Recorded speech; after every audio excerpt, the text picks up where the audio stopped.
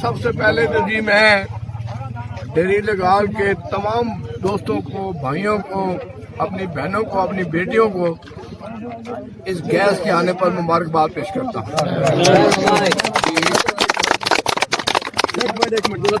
یہ منصوبہ 2018 میں جب نواز شریف صاحب کی حکومت تھی تو میں نے تقریباً 400 دیہاتوں کی گیس منظور کروائی تھی، لیکن 350 دیہات مکمل ہو چکے تھے۔ آپ کی بھی بڑی لائن ہم نے ڈال دی تھی، لیکن بدقسمتی سے ہماری حکومت چلی گئی اور 4 سال تک یہ منصوبہ ویسی کا ویسا رہا۔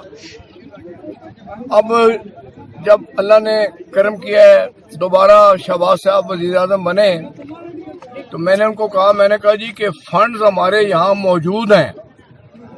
یہ علیحدہ بات ہے کہ بدقسمتی سے 4 سال تک پی ٹی آئی کی حکومت کو یہ توفیق نہیں ہوئی کہ وہ یہ فنڈ استعمال کرتے اور آپ کی گیس چالو ہو جاتی، لیکن اب وہ فنڈ ہم نے استعمال کرنے شروع کر دی ہیں اور 4 دیہات یہ ہیں جن کو آج آپ کے لائنوں میں گیس آ جائے گی انشاءاللہ۔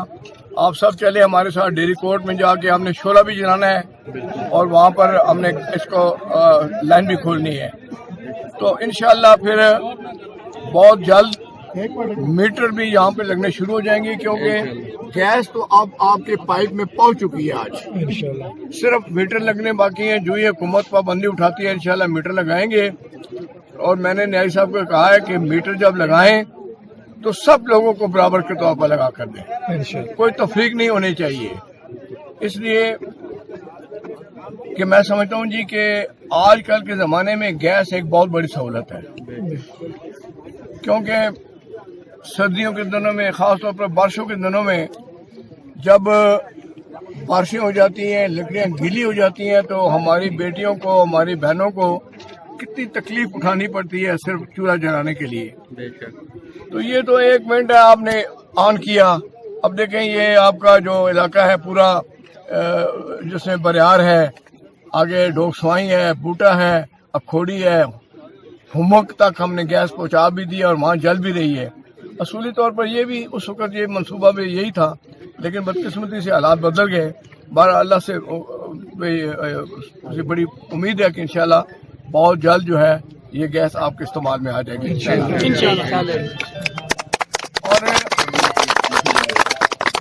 اس کے علاوہ اب ہم نے جو ہمارے 46 گاؤں رہ گئے تھے، 350 میں تو مکمل ہو چکی تھی، اس میں بری آواز، سگاباد، دورداد، یہ اڑانگ وغیرہ میں بھی ہمارا کام شروع ہے، اسلم دال میں بھی ہمارا کام شروع ہو رہا ہے۔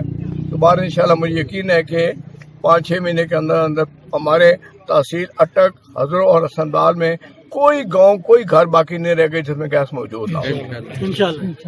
اور میں یہ بھی آپ سے کہنا چاہتا ہوں کہ دیکھیں جس علاقے میں آپ رہتے ہیں یہ کتنا پسماندہ علاقہ تھا۔ جب میں سیاست کے میدان میں آیا تو نہ یہاں سڑک تھی، نہ یہاں بجلی تھی، اور نہ یہاں پر گیس تھی۔ اللہ کی مہربانی سے یہ نہر جو آپ کی بنی یہ بھی میرے ہاتھوں بنی، جو ڈیم سے جا کے پورے علاقے کو سیراب کر رہی ہے وہ بھی میرے ہاتھوں بنی۔ یہ سڑک جو ہے یہ بھی اس زمانے میں میرے ہاتھوں بنی، آپ کی بجلی بھی میرے ہاتھوں لگی، اور آج اللہ کے فضل سے گیس بھی میرے ہاتھوں لگ رہی ہے۔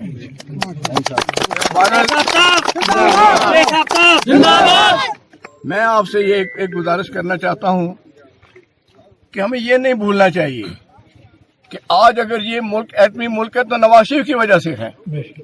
آج موٹر وے کی جال بچھی ہوئی ہیں، اگر موٹر وے نہ ہوتی تو آپ یہاں سے 40 گھنٹے میں بھی لاہور نہیں پہنچ سکتے تھے، جو ٹریفک کی پوزیشن بن گئی ہے یہ بھی نواز شریف کی مہربانی ہے۔ 14 گھنٹے بجلی جو انہوں نے نئے کارخانے لگائے وہ بھی ان کی مہربانی ہے۔